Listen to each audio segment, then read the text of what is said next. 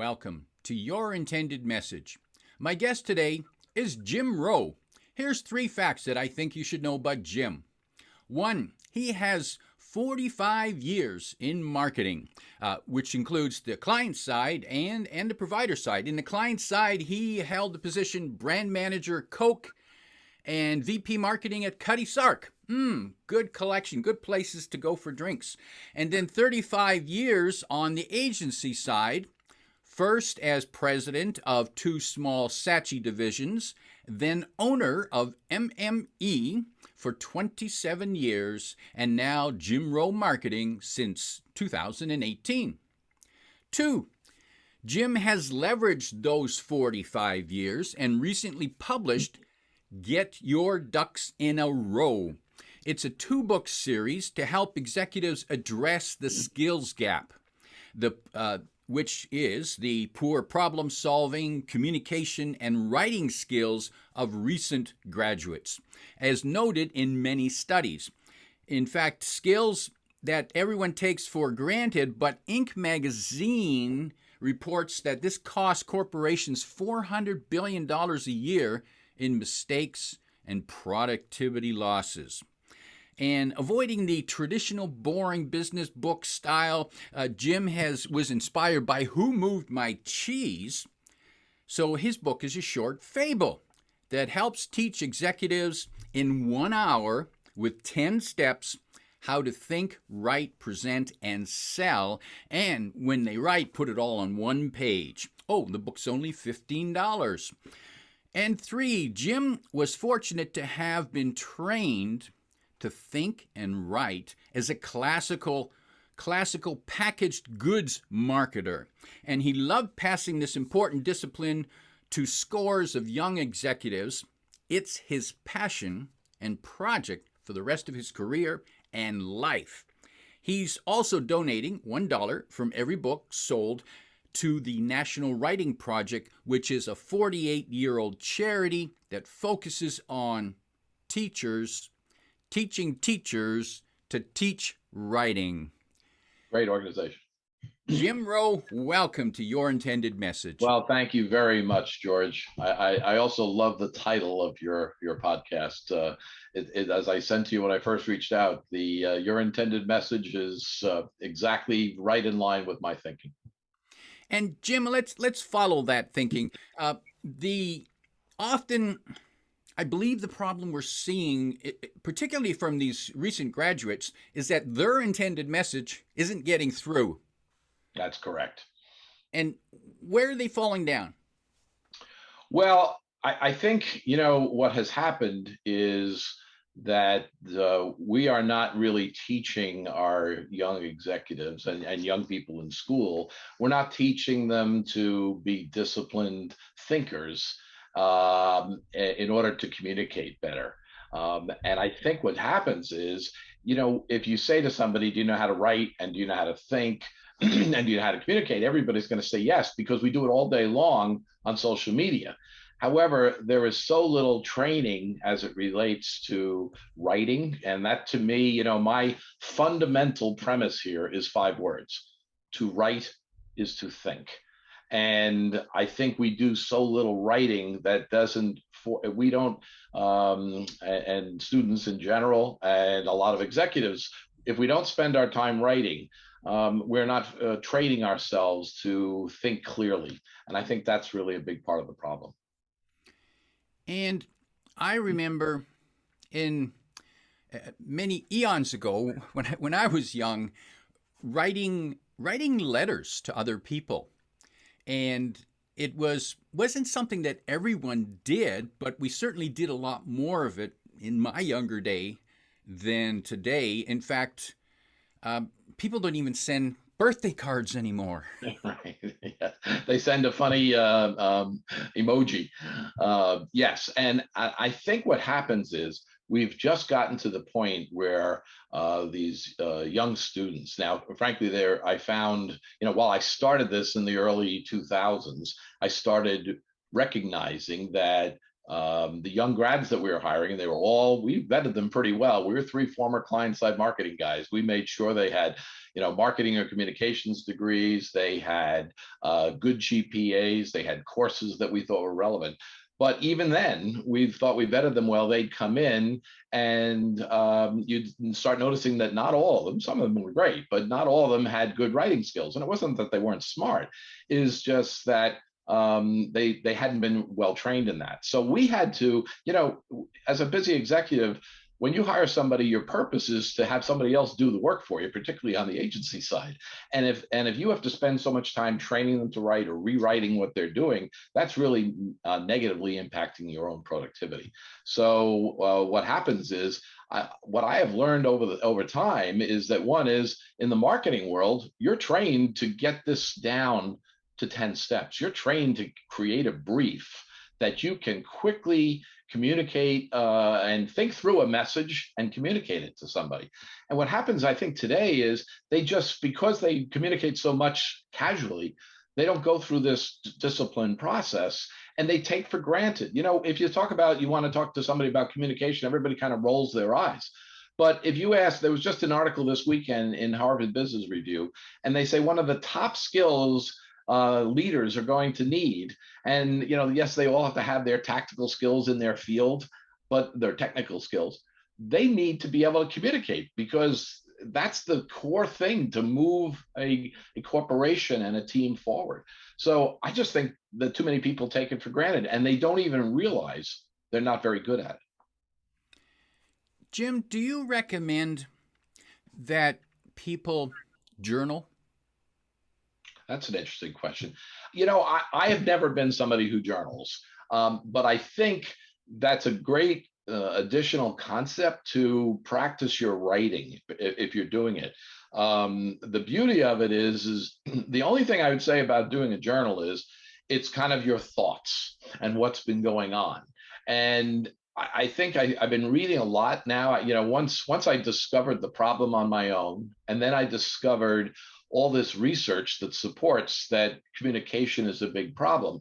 Then I dug deeper into why that's happening from the educational standpoint. I started looking into the educational world, and a lot of, the way they teach writing is there's like the 6 styles, there's narrative and expository, and they eventually get to argumentative and persuasive. Some studies I've seen or articles I've seen combine them, and some of them are separate. But at the end of the day, a lot of them teachers, and I listened to a lot of teachers' podcasts in the last 6 months, and I find that they want to have people express themselves. I think that's great, because that everything isn't all about business and being super structured. But when it comes to business, you need to have writing that teaches you to think critically. And the problem, to me, the issue with a journal would be maybe you're not thinking critically, you're just expressing what's going on. So I think it's a good idea to write. The more you write, the better. I mean, one of my thoughts actually is, I've gone through this process. We always talk about how important reading is. Reading is critically important because it helps expand and makes you think about things. But when you think about it, reading is passive. Somebody has already done the hard work. So I'm a big believer in the writing, because writing is active. Writing is really what separates the men from the boys, so to speak. It's the one that makes you say, okay, I need to commit to this. And as the process of writing, now I've been writing for 45 years. In marketing, that's what we do. I passed Malcolm Gladwell's 10,000 hours about 20 years ago, I'm sold. But I mean, the idea is anybody who writes is writing all the time, and you need to keep, even I write every day, and every day I'm re-editing as I go along. Think about, here's the metaphor I use. Tiger Woods and I both play golf. All right. I'm not very good. Sometimes I'll shoot 84, sometimes I'll shoot 104. But Tiger Woods and all of these golf pros, they live this, and they're the best in the world. And what do they do all the time? They're constantly going out to the range. They hire coaches to train them. They can beat them on the course, but they can't. They need somebody else to help them see what they're doing. So why do we think one of the most important skill sets in our lives, particularly in the workforce, is communication? We don't have to work at it. You have to work at it. You have to learn how to edit and write and try and be succinct. One of the challenges with writing is you don't get it right the first time. Exactly. Exactly. And that's why editing is so critical. That's why newspapers have editors. You write the first pass. So um, when I sent you, you asked me to give you a little summary. I probably spent an hour on it. It was one page, but and even though I've done it a million times, you asked the question in a certain way, so I had to refine it. And the other thing that people don't think about is they don't think about the audience. So your title, your intended message, George, it's so important. Your intended message is relevant to who you're speaking to. It's relevant to the audience. And one of the 10 points I have in my books is you start with what's the purpose, and the first part of the purpose is, well, who you're talking to. If you're talking to the senior executive that you're trying to sell them something, that's one approach and one message. But if you're talking to your team, it's a whole different perspective. It could be about the same topic. And Jim, I'm reminded, and I'm looking back at my own corporate career, and there was a time when I remember I was asking and I was a manager, mid-level manager, and I was asking for them to pay for me to join an association. And so I wrote a letter, and I wrote it, said, these are all the things that I can get from the association. And it came back refused. Okay. And then I rewrote it, and this time I wrote a letter saying, as a result of my membership, here's what I've done, and here's how it's helped the organization. Yes. That was approved. Yeah, yeah. You really have to look at it from all different aspects. And as much as I've been in marketing, and that's what we're trained to do, even the process I've been going through since I launched published the first book in late January. I'm refining my message as I speak to people like yourself and make sure I'm hitting all the right points, and you keep refining it. I think that, one of the great speeches of all time, which I love to listen to, and most people here in America understand it, is when JFK at his inauguration said, "Ask not what your country can do for you, ask what you can do for your country." And I remember reading an article years ago saying that he had been working on that message for months on the campaign trail. And it wasn't until he got to writing the inauguration speech, and I can't remember his name, I think it was Sorkin, who worked with him on it, that he crystallized it into that. And it's gone down as one of the great speeches and one of the great phrases of all time, which I wholeheartedly adhere to as well. And I think what you said there behind that phrase, that wasn't just something that came to him in the shower one day. That's something that he worked at for months. Yes. And probably reworded it and said, well, what do you think of this? Nah. Or, okay, better than the one you had yesterday, but not there yet. Yeah. Yeah. It needs to resonate. And, the other thing I do, and I say a little bit more about this in book 2, is, and I used to close my door all the time at my office, is it's important to read it out loud. Now, he had a great voice, great diction, and cadence and all that. But when I'm reading even something that's never going to be read out loud, I read it a lot of times to myself, because it helps you realize, oh, that doesn't really sound great.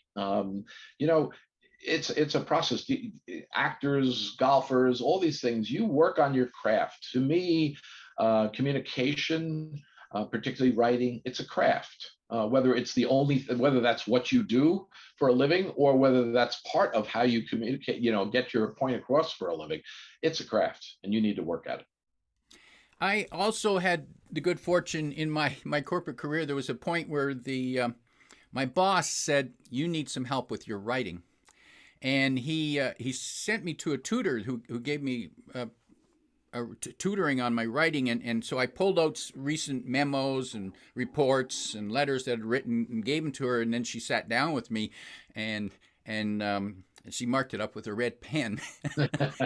Felt like you were back in school, right? Oh yeah, but it was a great learning, because I had no clue how bad I was, and here's one of the big ahas that I didn't realize until she pointed it out to me, and now I can't not see it. She pointed out to me that even writing has tone. Yes, great point. Yes, it does have tone. And I try to write, some things can be just, in the book, I talk about, how you can read the book in 1 hour, get it down to 10 steps. So a lot of when I focus on things, those are the 10 structured steps. And so I try, and particularly for a busy executive, is we try and get those down to 1 page, so there isn't necessarily always tone in the words, but if you're delivering 1 page to a senior executive and you're sitting across from the CEO, and by the way, 1 page is a great lesson to try and use, and an approach, because it forces you to think so clearly and get out. But even when you're talking and I'm communicating somebody off of my 1 page, and I often will read it because I don't have full sentences, I give it flavor, I give it tone. Jim, if can you give us some of those 10 steps, some of those gems? Oh, sure. Well, it starts with, and by the way, it's not like I made this up. This is a foundation of marketing thinking that's been going on for years. And frankly, and when I say get down to 1 page, is that, Procter and Gamble. I grew up. I didn't go to work at Procter and Gamble, but everybody who helped train me in the early days of my career, they had all been there. In fact, they kind of acted like they had gone to Harvard. Well, when I was at Procter, but it was all about being so concise and so deliberate. And Procter, in those days, it was just typewriters. They had rules.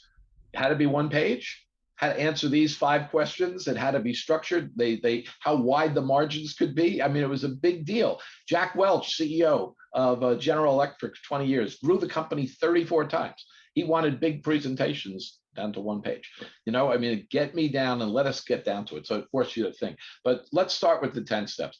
As I mentioned before, it's the first one is purpose. And there's 2 parts of purpose. One is, who is the audience?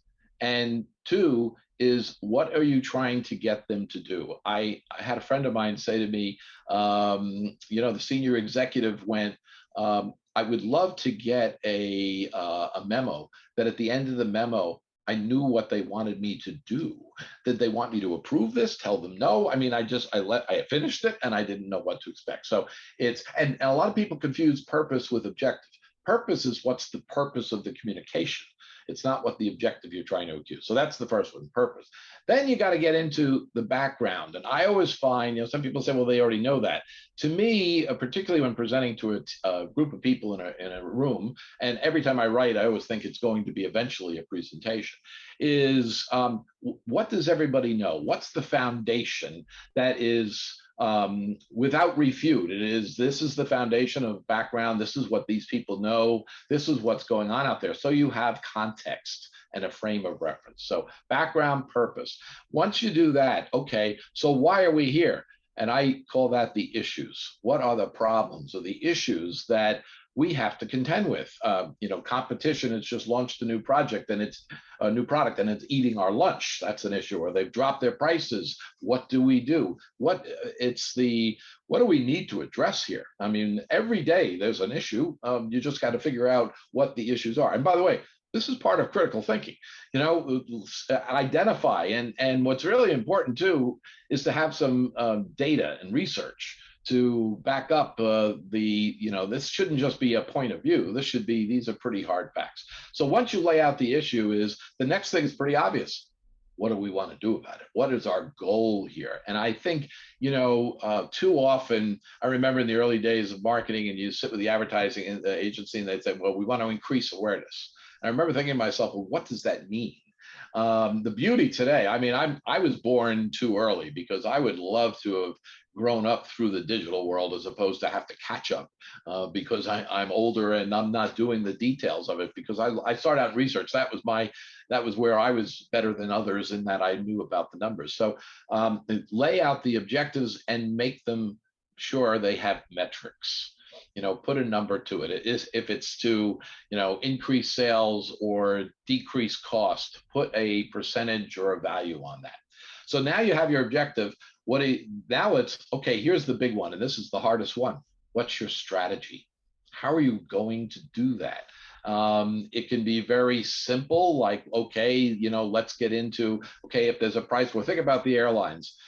Somebody else starts doing discounted airlines. You don't want a discount. We'll give away a frequent flyer program. That's a strategy. Or do we match their price or go deeper or run different kind of promotions? That's a strategy. And then after the strategy, it may be a nice idea. What's your support for that strategy? And I call that the rationale. Why is this going to work? And there you also need data to say, if we do this and look at this information and we think this is why this is going to work. So now you've laid out the whole critical thinking process, and then you start moving into the executional phase. And I think too many people, a lot of times, it's not like when you finish a play and you get an applause, because sometimes, you finish a great presentation and you get applause, and that's fantastic. Well, now you got to go execute it, because if you don't execute well, that's a real screw up, because everybody approved your idea and now you dropped the ball. So you need to go to the tactics. And the tactics are anything that can be, bought, purchased, measured in time. What are the things you're going to use as a tactic? And then that moves into sort of things like cost and ROI, timing and next steps. And then finally, evaluate and refine. So it's really you put this whole thing together, and those 10 steps really guide you. And so the one thing we do, and I've always done, is try to get your best thinking. You may not have all the backup data in that one page, but if you can get it down to one page, the beauty of the 10-step process is I don't need to think about the 10-step process when I'm standing talking on my feet. It's been in my head for 45 years. So when I walk into an organization, and for 35 years on the client side, you walk into a corporation and you're asked to dealing with the CEO, the executive team. I don't need to have a list of questions because I've already got them in my head. Where are they? What are the things you're doing? So it's really a tremendous. It's an outline for a thinking process too. And Jim, what I'm noticing in there, and tell me if I forgot this right, that process is simply answering a series of questions. It's a structured format. That is correct.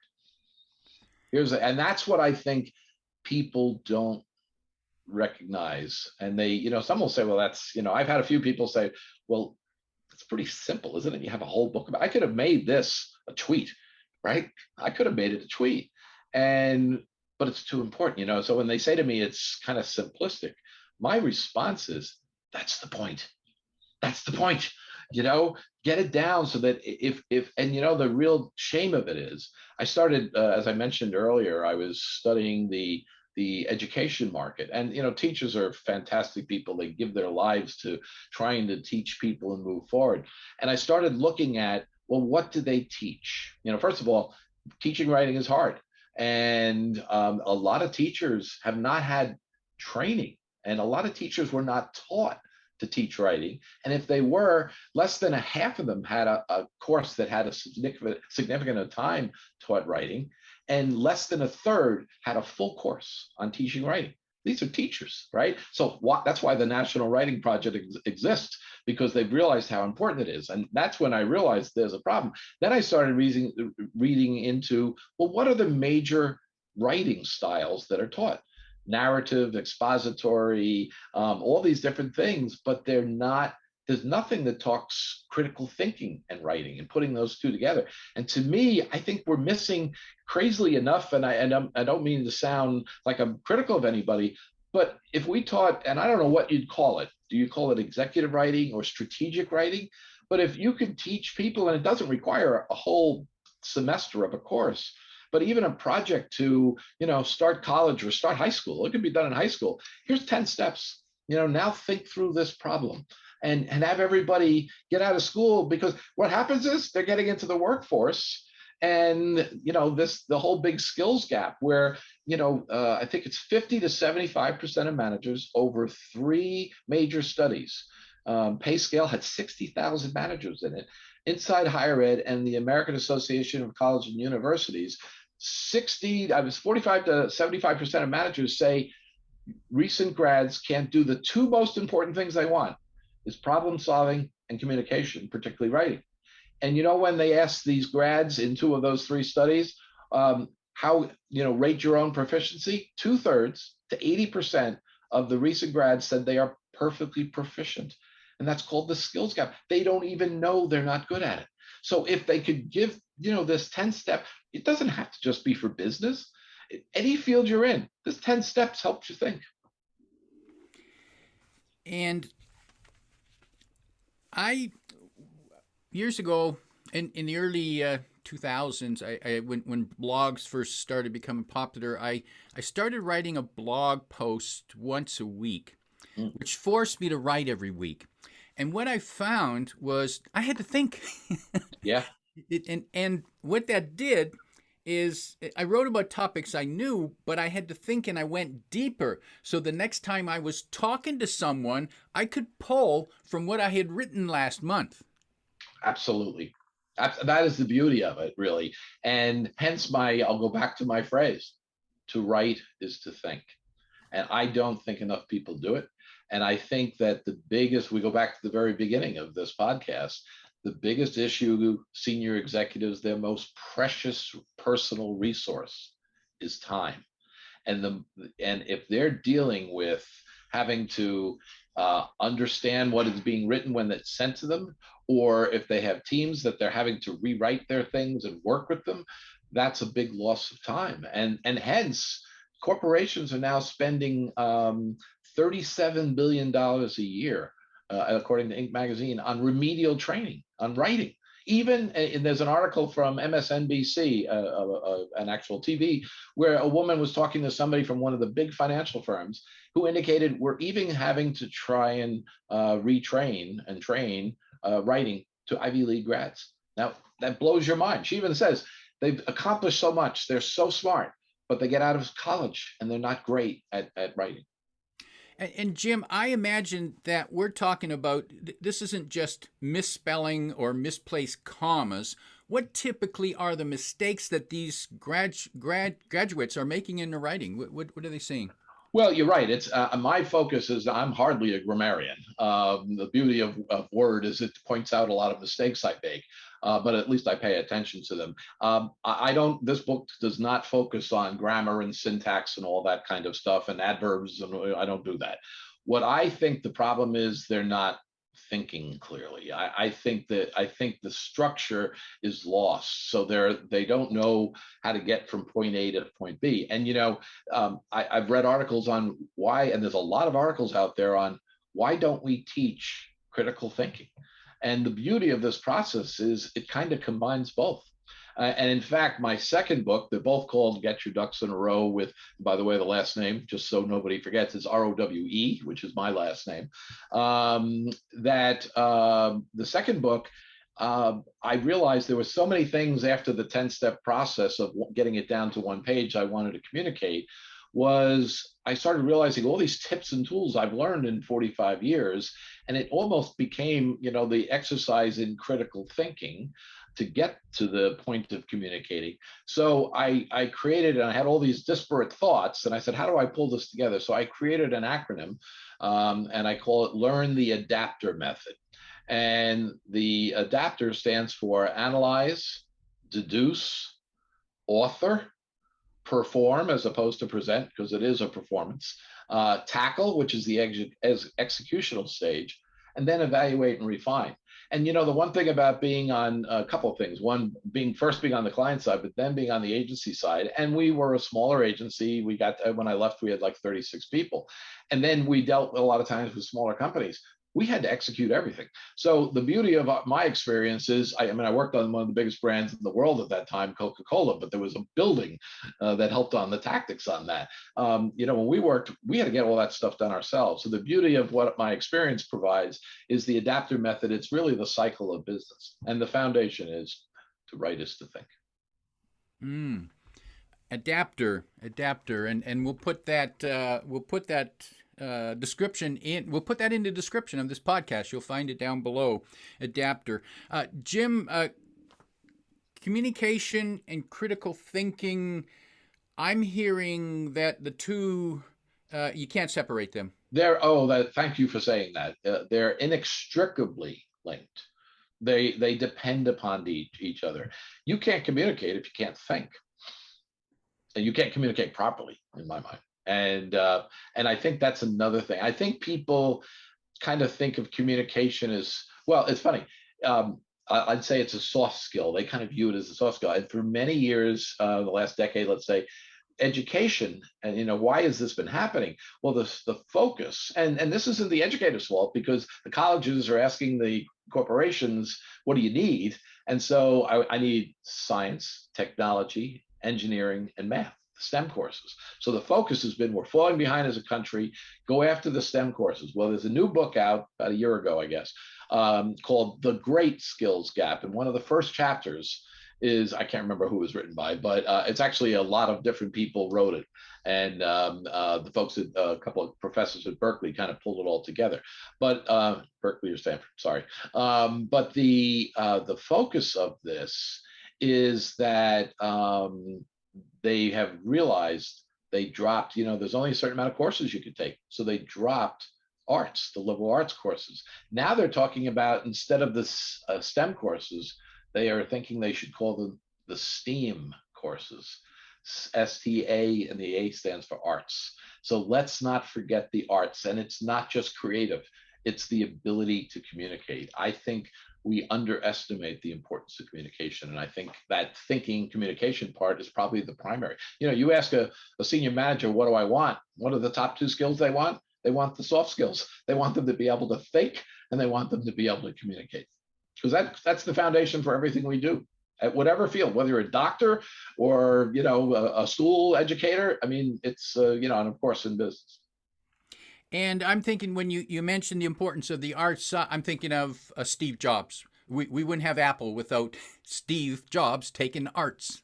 Yes, and that's right. He traveled around the world. He learned all sorts of things about design.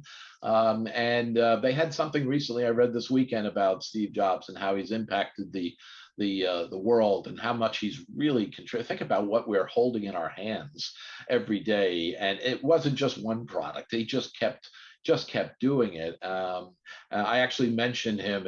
My books, are, as we talked about, are a fable. So it's a fable about ducks in business. So in business, his name is Duck Jobs. In my books, he's Duck Jobs. He's not Steve Jobs. He's Duck Jobs. And I do say that there's, he's probably been one of the most greatest impacts on the world, although Elon Duck is having a big impact these days as well. Mm-hmm. Mm-hmm. Jim, in preparing to wrap up, if you could sit down with a corporate leader who is frustrated with the level, the communication skills, the critical thinking skills of their staff, if you could sit down with them, this corporate leader, if you could give them 1, 2, or 3 pieces of advice of what they could implement in how they manage these people to get them better, what might that be? Well, I hate to sound redundant, but I would say to them, I do believe that, get the book yourself and read it first. And then you can go onto my site and build them, buy them in bulk quantities. But if they learn the 10 steps, and a lot of them are spending thousands, tens of thousands of dollars on all this corporate training. If they could get down and read the book, get everybody to a book and have them read it, and then hand out the 1-page, 10 steps, and say to everybody, let's operate the organization this way. Let's use that, because whenever I had a meeting with my staff, or when I go into a client, every meeting I have, I'm using that as the foundation of communication. And if we all got on the same page, if they just saved 2 hours a week for every employee, that's a 5% increase in productivity. And so that would be my first step. And then, if for the senior people, maybe you get them the second book and have them understand the critical thinking process. But boy, I tell you, that 1 page is, it's so simple, but it's so effective. And Jim, I think I heard a message in there is that investing in improving the communication skills saves money. Well, yeah, it saves money. And because what is the big phrase that we've heard all of our lives? Time is money. and think about I'm going to go back to kind of where I started in terms of the senior executive. His most precious personal resource is time. And wouldn't it, when I walk into a meeting and everybody's not sure, nobody had an agenda. I have a very good friend who was just hired away from a big company to go be the account person at another huge company. We know all the names. And in the interview, because he read the book and he loved it, and he said to me, you know what? One of the questions they said, and the point they made, it would be great if you could just get here and get everybody to have an agenda for the meeting. Isn't that incredible? Isn't that incredible that an enormous organization is concerned that nobody is pulling the team together? I have another friend who's at a small company, read the book, loved it. He said, I'm thinking of using this for everybody because our Zoom meetings, because they're all over the country, they're chaotic and people are talking. It's like, just go through the simple 10-step process. When you're setting up for a golf swing, there's about 6 steps you got to do, and trying to keep them all in your mind is one thing. The same goes true for communication and thinking. Follow the format and everything is going to be a little bit easier for you. Powerful advice. My guest today is Jim Rowe, reminding you that to write is to think. George, thank you very much. It's been a pleasure being on your intended message. My pleasure talking with you, Jim.